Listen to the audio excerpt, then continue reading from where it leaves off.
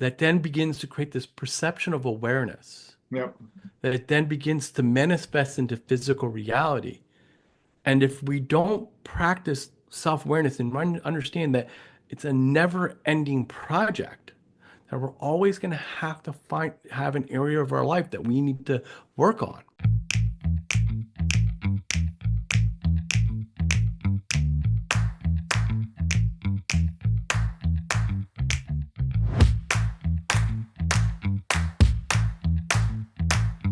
Hey everyone, this is Martin Pytela for Life Enthusiast Health Shots podcast. And with me today is a man cut from a very similar cloth as mine, Michael Kohan. And I so Hi. appreciate, Michael, hello. I so appreciate you joining me here. Let's open with Shalom, Michael. Shalom. Shabbat shalom on Friday, but today is a Tuesday, so we'll just say shalom. Indeed. Yeah, as we're discovering, both of us come with the Eastern European Jewish heritage transplanted into America, and with it come all kinds of gifts. Like, for example, here's a story. I feel that many of us were inbred toward the MTHFR genetics, which give us a lesser ability to detoxify, so we are more prone toward metabolic illness. But with it come gifts such as linguistic, mathematic, and musical talents, and also the higher achievement mentality. Like, we tend to drive toward perfection and achievement. Tell me if that is true for you. It is for me. Yeah, some of it is, some of it isn't for me. I think one of the things I like about growing up Jewish, well, Jewish-ish. I mean, my family never really super identified with being Jewish. We went to temple on Rosh Hashanah, Yom Kippur, and then had a Christmas tree, right? So, it wasn't something I really identified with as an individual until I moved into New York City and met my first wife. And I can talk about that whole journey if you would like also. The Sure. thing I love about Judaism as a practice, as a faith, as a culture, is a couple components, right? And I think this is what makes a lot of people really smart and really ambitious in Judaism. The first one is we're taught as an early age to question everything, right? Part of being Jewish Yeah. isn't blind faith in God. It is a conversation about what God is and what that means for you, right? Yeah. The whole purpose of the Talmud is one big giant argument about what Judaism means. And Yeah. so you're taught I at an early age yeah, to I question wanted to that. butt in here with this quick little quip, which is Christians seem to have an answer for everything. Jews seem to have a question for everything. And that kind of summarizes in my head the difference. Uh, Yeah, I mean, I think that's a simplistic yeah, observation. I think that goes down to the idea of consciousness. yeah, Consciousness is sort of the act of being self-aware, right? yeah, Who am I as a person? And from a, spiritual standpoint, consciousness is questioning one's purpose in life and one's connection to the divine spirit or the greater good. The difference in the tradition of Christianity versus Judaism comes from the hierarchical principle from the Catholic Church, right? right. In Catholicism, which at one point was a monarchy, and then an unofficial monarchy throughout Europe, was to not question faith. It was that the Pope or the bishop or the priest knew better, Right. and that your faith was this to follow the wisdom of this individual who was chosen by God, right? That's where that tradition comes from Mhm. of having the answer. Whereas Judaism comes from the Middle East, comes from a pre-Romanic era where, it's rooted in Egyptian It's rooted in Greek. It's rooted in the Phoenicians, the Philistines. It's rooted in these very ancient period of time Yeah. where one was trained to question God, if there was even a God. Yeah. And it was less about blind faith in the hierarchy because the hierarchy never served the Jewish people, right? Think Yeah. of Egypt, think of the Romans, think of the Hera, I think I forget the Jewish king, I forget his name, that like conspired with the Roman Empire. The individuals who we were supposed to have blind faith in never served us as individuals. They always ended up portraying us, Yeah. imprisoning us. And so we've always had this mentality of questioning authority.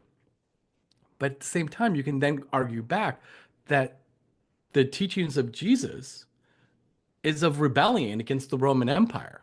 Right. And so I think it's just over a period of the last 3,000 years, the culture of Judaism has always been to question authority, a question hierarchy, a question one's faith, versus Christianity has been more about following the principles of a particular path to reach the same end result.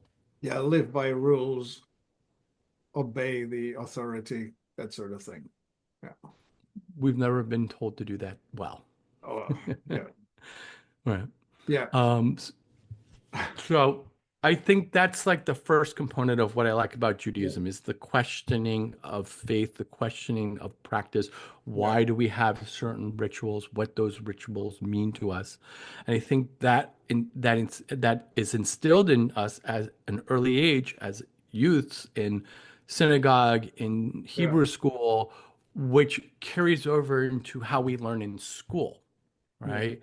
And as a result, because we're taught at an early age to question, which allows our brains to develop differently, right?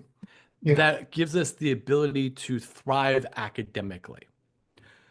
The second thing I love about Judaism is the rituals or the traditions for one to understand the world around them.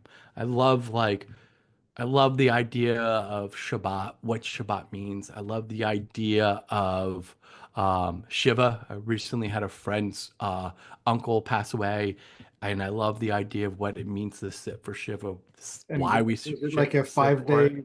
5 day sit down? 9 days. Yeah, 9 days. 9 days. It's a 9 day sit down because it gives the ability for both the family to mourn Yeah. and the community to come and support you. And I love that. I mean, these are the beautiful things I love Yeah, about those life. are really cool traditions, right? They are hard to maintain in the modern society as we know it. But I'm not really a good Jew. I'm not really a practice. I mean like I'm Jewish, but I'm not like religiously Jewish, right. if that makes sense. Yeah. I'm more I have the same story. You know, my mom came home from the concentration camp experience from the war, having lost all of her relatives, everybody, 55 people of her immediate extended family went in, two came back, one cousin. yeah. And anyway, she wanted to have nothing to do with it. She had the uh, prisoner concentration camp number that she had tattooed on her forearm removed. She had it taken out, and she wanted nobody to know anything. And That happened to a lot of people. A lot of people when they left after World War II, the as a way to survive and as a way to start over, they changed their last names, they moved to different countries, yep, they got married and found different faiths. And what you're finding is people who are taking these genetic tests. I've never taken one, but they find that they have Jewish blood in them or Jewish yep, heritage. And they're like, where did this come from? yep. Yeah, I took one, and yes, I do. And so interestingly, I grew up in a police state, right? We were in Czechoslovakia, occupied by Russia, ruled by the communist totalitarian regime. And it was horrendously awful, as oppressive as you can imagine. And so, despite the oppression, the household just devolved into, as you just highlighted, we couldn't be put down or held down. It just had to blow up somehow. I ended up leaving the country as a refugee because I just could not visualize myself living in a country under that oppressive system. Questioned everything, was not Yeah. allowed to Part, question anything, right?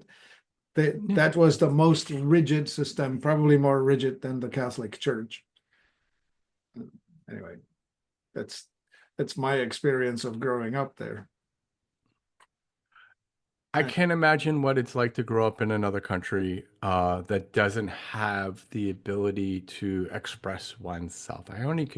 My experience has been, you know, the United States, except for brief periods of both leisure and a little work back before I became a life coach of traveling to other countries. But mostly I would travel to other pro-democracy countries. So I Right. don't know what it's like to live under a society that controls us. But I do know today, it's not that we live in a society that controls us.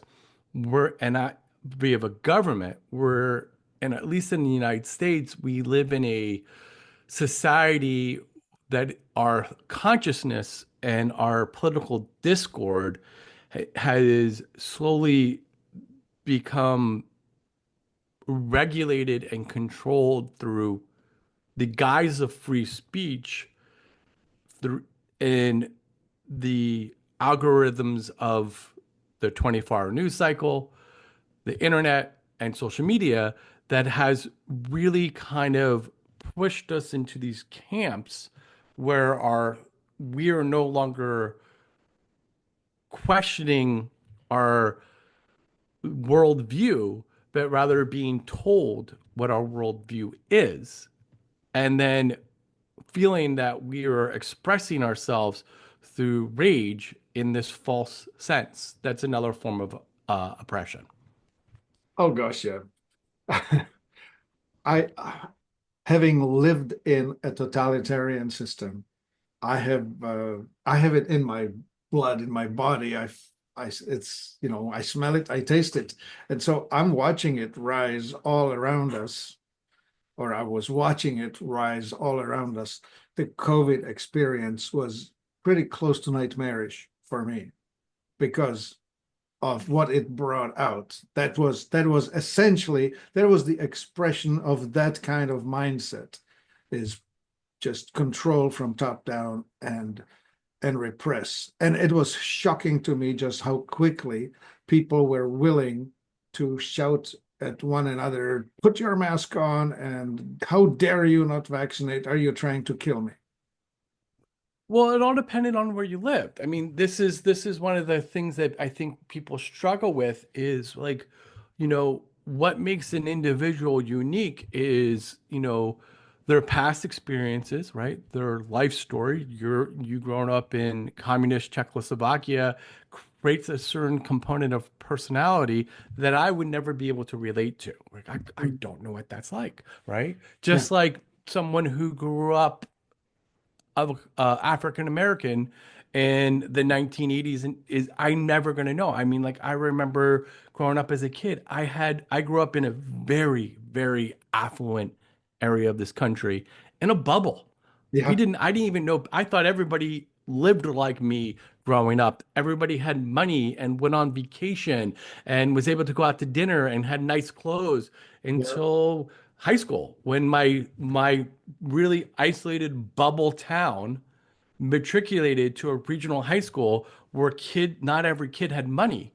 And yeah, I thought I mean, like I knew theory that the world was diverse, but I thought everybody looked and thought and behaved the way I behaved.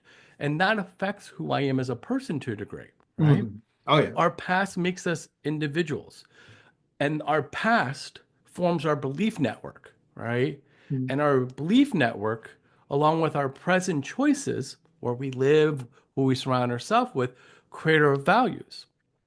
And I would watch individuals, specifically during the pandemic, I would see it, where when they were in one part of the country for about 3 months, they had one view of the world, Mhm. right? Masks, vaccine, social distancing. How dare you think anything different? But then when they had to leave this one area for whatever reason, whether it was work or they moved to another region of the country, their entire worldview shifted within 3 months without them realizing it because their values shifted based on their present environment. When we came and went inside during COVID, our values changed once again because our environment was no longer in the physical world. It was all online. And social media, TikTok, Twitter, Facebook, X, Yeah. they're all the same. Instagram, they're all the same. Yeah. They're there they're there to distract you Oh yeah.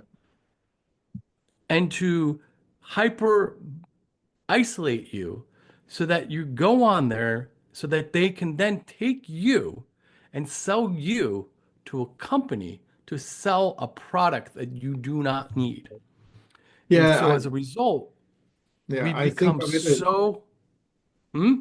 I think of it as echo chambers. All of a sudden, you live in a silo in a group that the social media has created for you without you even knowing it.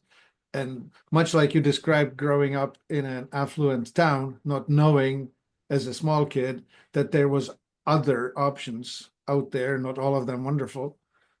And likewise here, you show up on social media and it will create a little village for you that does not necessarily represent the world at all. But what happens is when we're isolated, Yeah. when we're lonely, when we're struggling to pay our bills Yeah. or to eat healthy. I mean, we and there's no reason why in America that healthy food is so expensive, but it is. I mean, I have a busy day today, and I have a little bit of a window to eat dinner.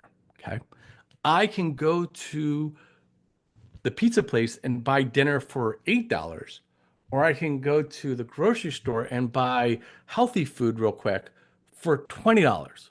Yeah. Well, I'm lucky I make a decent living, so I can choose the healthy option. But if you're struggling financially, all you have is the garbage food. So you're stressed out because you're barely surviving in a country that is so wealthy. We have so many billionaires and mega millionaires. We have so much wealth in this country, but yet people are struggling. And so they're struggling financially. They're stressed out. Now they're eating toxic food. They're stressed out. They go on social media to escape. They're emotional. And then what happens is because they're on social media and they're emotional, they create what's called a perceived belief system. Perceived beliefs are emotionally based assumptions about reality. They're Yeah. not actual beliefs that are based on logic and critical thinking. And so we create these whole belief structures, right? My side's the right side. My side is the good side. My worldview is the right side. And any sort of kind of conversation that is applied to that belief system and says, you know what, maybe you're wrong here, Yeah. becomes an identity threat because it's Yeah. perceived. So it's emotional. So I'm unable to change my worldview. When I was a kid and as an adult, and I try to have my beliefs examined and I try to base them on more logic so that when someone comes up to me and says, hey, this view you have is wrong or not in alignment, I don't become emotional and I'm able to look at the person from a critical standpoint and go, huh, maybe you're right, maybe you're wrong, but it's not gonna affect my identity, my self-worth. And Right. therefore I can change and adapt and evaluate the situations. So therefore I don't become addictive to these negative information overloads that seem to be driving our narrative right now. Yeah.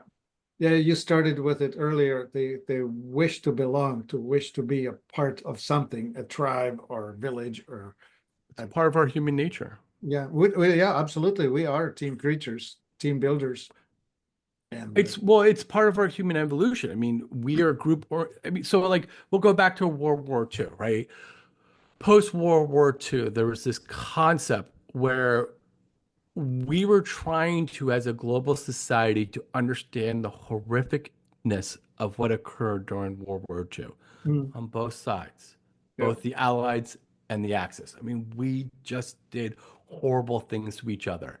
I mean, I like we burnt cities, we dropped the atom bomb, we we genocide entire populations, we put people in internment camps, we we captured people and then forced them into conscriptions to die. We did horrible things during World War II. And yep, after World War II, everybody was shocked by all the atrocities, yep, both sides, right? yep, And so we came up with this philosophical idea that by human nature, we're animals. We're savages by nature. And the only thing that prevents savagery is society, government. And so we had this belief that government is what makes us civilized, society, right? And without government, we will become savages. And then an author wrote a book, and it's a famous book that we all read in America called Lord of the Flies. And it's all about the breakdown of society and how we start off as civilized individuals and through time become savages.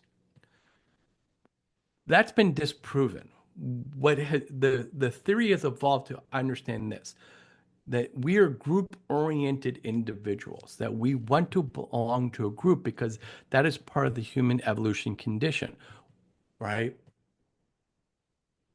5,000 years ago, if you were exiled from your tribe, it was certain death. And the only way to survive and thrive was to belong to your group, right? So originally we identified like I would, like 5,000 years ago, I'm Michael, son of John, member of this tribe. yep, Then over time, I became Michael, son of John, of this religion. Then over time, I became Michael, son of John, of this religion. And I am a carpenter. I'm a this. And then over time, it became I, Michael, son of John, of this religion, of this occupation, of this country. And anybody that's not part of that group is my enemy. And I will do, and so if the leader of my group says to you that that individual over there is the reason why you're suffering, or says to me, go kill that person as a member of the group, for me to fit in, I will blindly follow that individual, which is why good people end up doing horrible things to people, right? People don't inherently become racist. It's because of family or community of the group they belong to where that they have racist tendencies. But our default nature, and this is what's been proven, is that we are kind and compassionate and thoughtful individuals. When tragedy strikes, what do? We volunteer, we donate blood, we give money to food banks, we donate to charity. That's our default nature. And our savagery and a horrible nature is based on the groups that we belong to. And you can also bring that to how we live our lives, right? yeah, Individuals that overeat, overspend, they are all because of the individuals, the groups they're a part of, that dictate the behavioral trends that they are doing that are causing harm, which is why change is so hard. Because in order to change, to develop good habits, to do better in this world, you got to examine the group orientation that you have. And that's really hard for most people. mhm, yeah. So when you work with your coaching clients, do you drag this stuff in?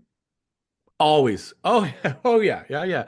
Yeah. So when I'm coaching, I do what's called dialectical coaching there, and or cognitive coaching. So I basically bring in all these concepts into coaching, whether one of the first things I coach on is consciousness, right? Right, And then from consciousness, I get into emotional intelligence.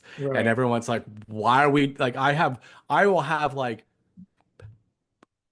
individuals that are like obese, looking for weight loss, yeah, CEOs of Fortune 500 companies, unemployed individuals trying to start over in life, yeah, people coming out of addiction, you name Yeah, it, I will work with you if I have the availability. And I right. always start there. And I have people be like, why are we starting with this concept of consciousness? Yeah. Right? I think there's some old saying something about man, know thyself, Yeah. Yeah. right? I That the think therefore beginning, I am. in the very beginning, is you need to actually understand who you are before you can actually express yourself onto the world. It's learning to change the conversation from a why to a what. Instead of asking yourself, why is this happening to me? Why am I struggling? Why do I not have any money? Why am I overweight? Why is my marriage not working? Why do my kids hate me? To what is the cause to the circumstance? Right. And when you change that question from a why to a what, then we're able to begin to shift our mindset and then take responsibility. And responsibility is a powerful, Hmm. powerful thing, Yeah. right? Because when we take responsibility, then we take back our control. It's this idea that I struggle with younger clients. So like I'll coach I have clients in my 20s and I have clients in my 80s. And I know there's a shift as the clients move up the timeline Hmm. in life generationally where the older clients ignore trauma. And I have to work with them on understanding trauma and then how that trauma affects behavior, Yeah. meaning like fear of failure, worry. I'm not a psychologist. So if the trauma is like not like surface emotional, I refer them to a therapist always. But it's like if I have a client is overthinking or has excessive worry or has anger, right? That's the trauma, right? And clients in my late 30s, 40s, 50s, and above ignore that. My clients in my mid 30s and 20s identify it, right? Which is the other side of the coin. It's like they use that identity of the trauma as the blanket to make the excuses for the circumstances that's causing the suffering. Have you thought about whether it's generational or whether it's evolutionary? Like, will everyone, after sufficient amount of suffering, end up becoming just a little immune to it? Or is it that the entire generation born, I don't know, since 1980 or 90 is different? I don't think it's genetic. I think it's society. I fundamentally believe 90% of the human condition is learned. Yeah. Our behavior is learned. We we we we form behavioral patterns and emotional patterns through life experiences. We're born 10% of our lives are genetic, right? Everybody can learn to throw a fastball, but a very small portion will become major league baseball players. Yeah. That 10% is the genetic. 90% of it is talent. It's learned. It's effort, right? Mhm. Yeah. We live in a world where we have one absolute truth. We only have one absolute truth. And that absolute truth in this world is one. It's not taxes, it's the fact that you're going to die. One day you will cease to exist in this body, Yeah. right? Death is a part of life. Because death is a part of life, that means pain is a part of it because death is the root of change. And we live in a world that is constantly changing and it's changing faster now. I mean, it's really changing fast now, right? Look at AI, and I don't even really think it's AI. It's just I like to think of them as large learning models. It's not AI, but we use the term AI to explain it. And so technology is and information has caused change to be accelerated.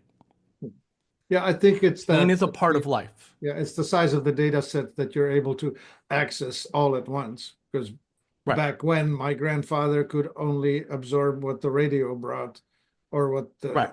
generation before him, what the newsletter, news flyer brought. And before then, it was only what the guy who came to the village told him about The what's town going crier. on. Right. Yeah, So pain is a part of life because pain is a component of change. yeah, And change is the result of death, right? The ending of industry, the ending of jobs, relationships, family members, loved ones, your home, your community. Change is a part of life. yeah. And so, as a result of the understanding that pain is a part of a human condition and the onset from the 1940s, Freud, into accelerated in the 90s, we understand that pain is part of the human condition. And therefore, we began to over index on it, where we try to avoid pain and only seek pleasure, right? So Mm, anything that is painful is bad, and anything that's pleasurable is good. So mm, anything that we experience is painful, we want to run away from it. Not because of genetics, not because we're born with different brains, because of technology. It's because we've been conditioned as we've gone through ages to avoid anything that's painful, right? The yeah, and you look at the internet, it's all about creating like no friction, right? yeah, yeah, Frictionless payment, frictionless purchasing, everything it becomes frictionless. But friction's what makes you alive, right? How do you can't walk down the street without friction, yeah. right? The friction between your shoes and the sidewalk. That's what how you stay on the ground and keep moving forward. Yeah, And I'm so, thinking more like, um, the rocks that are in the riverbed in a creek, they mm-hmm, time go from jagged to rounded, mm-hmm, from rough to smooth, and it's mm-hmm. the tumbling of the current and throwing the rocks. And I'm usually throwing that metaphor in when I'm talking about teenagers who are just trying to grow up and they're just having to do a whole bunch of tumbling. They have to just get their rough edges smoothed off through They contact. have to learn to embrace pain and not identify it. Yeah, They embrace have to friction. understand that if you want to be, you want to achieve anything in life, you have to experience a level of pain. We went Yeah, from a culture, like I only can talk about America, but we went from a culture where if you were failing in school as a kid, it was your fault, to if you're failing in school, it was the teacher's fault, right? So yeah, we shifted the blame. We shifted the idea that you shouldn't have pain. Everything should be easy and given to you instantly, right? And yeah, so when I'm working with younger people, it's to teach them to shift that mindset that the pain is part of being alive, going out in the world. Now, one shouldn't dismiss trauma. One of the great psychologists that I love, and I always forget his name, is the author of the book Man's Search for Meaning. Man's search for purpose. It's logotherapy. It's the idea that when we have purpose in life, a lot of the things that are causing us pain that begin to create emotional distress no longer seem important. But the other part of it was where he recognized that trauma is trauma, that we shouldn't dismiss our trauma, whether it's big trauma or little trauma, but we shouldn't identify with that trauma also. And that's the challenge, to move away from the identity of trauma to understanding what trauma is, and then howing, yeah, it's one of my favorite books. I always forget the author, but how to identify that trauma and then ask what is causing it versus why do I have it. indeed. Well, maybe rephrasing it or reframing it, instead of calling it pain, call it friction or resistance. Overcoming resistance and overcoming friction is necessary and beneficial because, after all, muscle is developed only by applying it against resistance. There was a movie I watched over winter break. It was with Will Ferrell and Reese Witherspoon. I think it was called You're Cordially Invited. And it was like a rom-com. It was okay. I found the kids' characters to be nauseating Ah, because the whole part of Will Ferrell's daughter's friends, their whole character base was all about identifying with their insecurities and their phobias as humor. And I was like, that's the challenge, right? Yeah. It becomes the identity. I have social anxiety, therefore I can't go out in public. I have fear, therefore I can't try. I have this and this is what's wrong, therefore that's my excuse. Versus this is what have to deal with, and I might need to see a therapist or a life coach, Yeah. but I have to take responsibility for it and not allow it to hold back because I had the same challenges in life. Yeah. I just wasn't allowed to use it as an excuse. I Yeah. had depression. I had anxiety as a kid. I Yeah. had attention deficit hyperactive disorder, and I'm dyslexic. My parents were like, yeah, so what? Study. Yeah. And I was like, Work it's really harder. hard for me. Yeah. My Work hard. parents were like, study longer. Yeah. And I was You know like, what's but then interesting? I can't hang out with my friends. Yeah. My parents went, then that's too bad. They weren't horrible. It was this, I wasn't allowed to use any of these things as Yeah. excuses.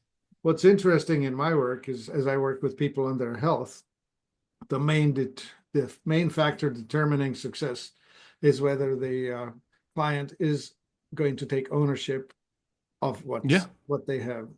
Meaning this, I tell them, look, it's not your fault that you got what you've got, but it's entirely your responsibility to manage it or deal with it. It's a real problem. I mean, health issues, obesity, diabetes, these are real issues that people struggle with. Oh Food yeah, is addictive. And I mean, like when I'm working with clients and that are working really hard and on the road and traveling and they're tired and they're hungry yeah, and they got to go from work to this. So, I mean, I have clients that have full-time jobs and then they have a second job in order to put food on their table and they're tired and they're hungry and they go into a convenience store or Dunkin' Donuts or whatever and they just want a cup of coffee and then they see the shiny sugary crap in front of them and you think they're going to have willpower to say no on a Thursday after working two jobs and running around with their kids? No, they're going to eat the garbage. And then that's going to create a whole system of health problems. And then over a 10, 15-year period when life is beating them down and they're tired and they're broke, and you got can I curse online on this? yeah. You got some asshole on social media or on a YouTube channel that says that it's your fault that you're this way, and this person's like, I didn't want to be this way. And Well, then the it's like, society does conspire against you yeah, because every addictive thing is made more attractive and cheap. and if it's advertised on television, I promise it's not good for you. It makes no sense that a pound of apples is more expensive than a box of Fruit Roll-Ups. Isn't that something? Yeah. Right. And at So scale, that's what we have. right. It makes no sense. It makes no sense for me it's cheap. I can buy a loaf of Wonder Bread or whatever the equivalent is, because I don't know what it is anymore, for 99 cents from the LDL that's right down the road from me. Yep. Or I could buy a loaf of healthy bread for $8. Yep. What is the average person going to choose? Well, so this is the system that we have evolved where we have money being able to affect policy. So the lobbyist representing the money will affect the legislator, who will then write legislative pieces that will tilt the playing field. We now have subsidized corn and subsidized wheat and subsidized whatever grains growing on fields. So we're taking tax money, giving it to farmers to grow more of stuff that will make us sick, that we will then later spend trillions trying to overcome through the healthcare system. So it's Right. I don't think it's a conspiracy. I think it's a system that it's been a slow moving cycle that's been going on since the 80s. well, it's no It's more sort of like, yeah, it's no more a conspiracy than a pack of wolves will hunt down an elk. It just happened over time. We went, there was, I think there was there was the panel in the 1970s that, because it was the first time in America that we had an obesity epidemic in America in the 1970s. And they had the first sort of like, nutritional council on American health and fitness. And basically that began the slow moving queue because we identified at the time the science said that fat was the reason why everybody was fat, right? Oh, Americans are fat because we have too much fat. So we began to remove fat from food. That's where it started. And when you remove fat from food, it tastes like shit. So then what do? Then you put sugar to make it taste good, but it's low fat, so therefore it must be healthy. And that's where it started. And this began to spiral to this point now where the average American is what? 50, 60, 70 pounds overweight. And like I'm not against these GLP-1s. I think they're a miracle solution.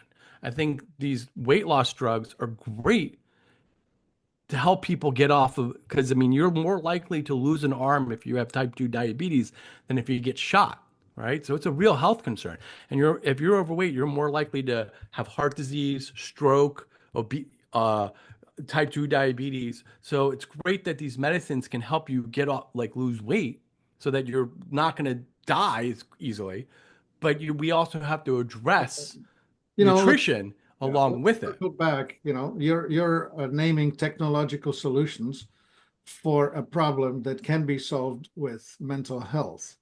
When you started Yeah. about your health coaching and talking about emotional health and talking about spiritual awareness and all of that, that's where the solution lies. The solution lies in becoming aware and acting in your best interest rather than in the best interest of the people who are trying to seduce you into their trap.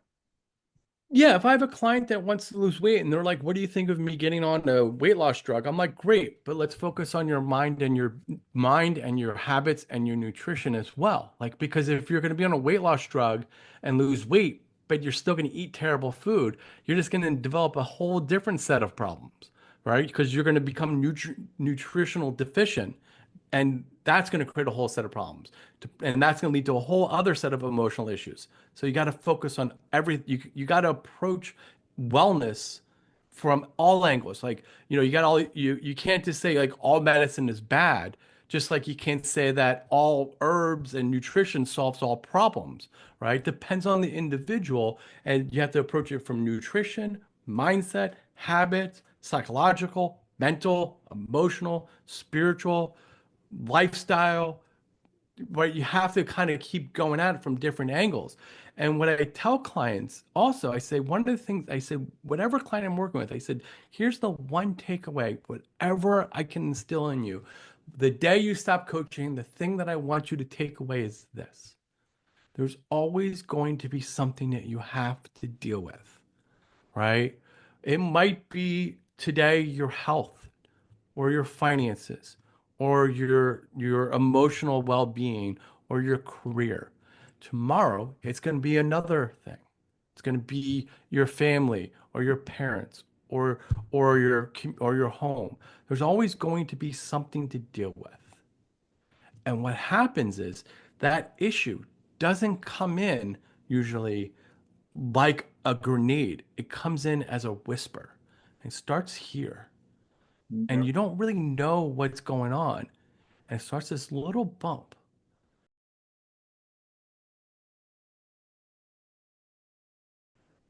that then begins to create this perception of awareness, Yep. that it then begins to manifest into physical reality. And if we don't practice self-awareness and understand that it's a never-ending project, that we're always going to have an area of our life that we need to work on. That there's never a place where like, oh, if I just solve this one problem, then everything will be good and my life will work out and everything will be like heaven, potpourri, sunshine, and rainbows. It's when you fix this one problem, there'll be another problem, and then there'll be another problem. The quality of life, the quality of an individual is not the absence of the problem that they're dealing with. It's how they handle the challenge and face that opportunity to for them to grow, because that's what it means to be human. That's why we're here, to grow, to evolve. And so the challenge that you have is the problem that you will help you grow. And when your back is against the wall and you're struggling in life, the last thing you want to do is have some guy like me tell you that. And And that's okay yet, also.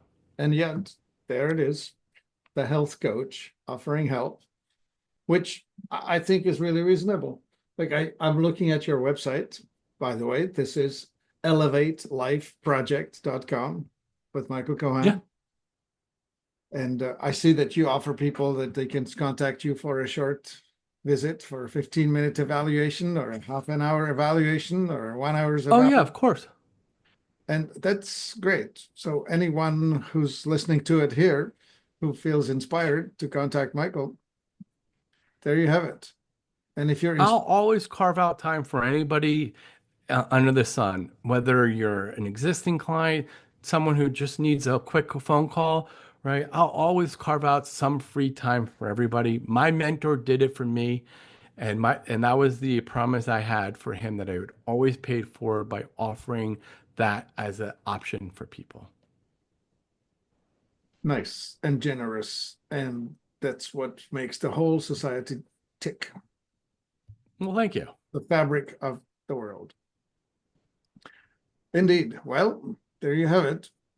There is help out there with your intractable problems that you may be struggling with. There's a man with some level of wisdom.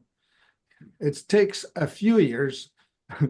you you definitely need to have had a few tragedies in your life before you're ready to see the life from a different perspective.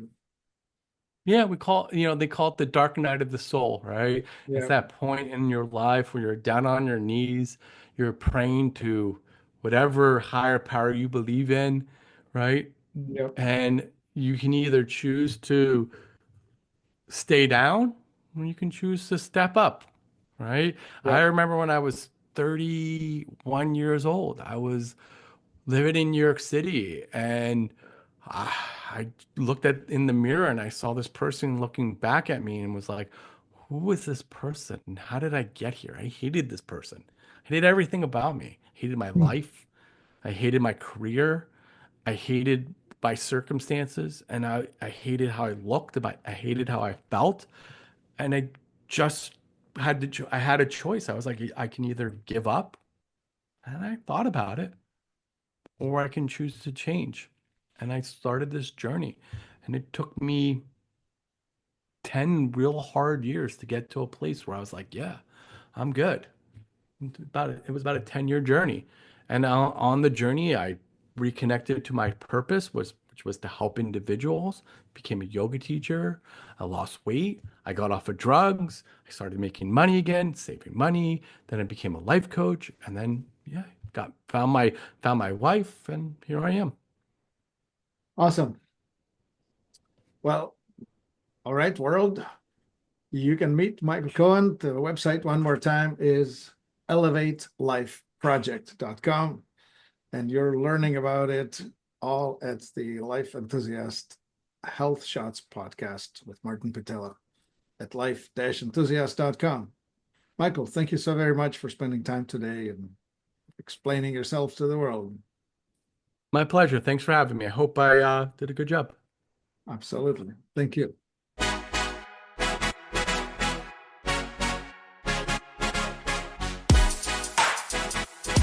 Hey.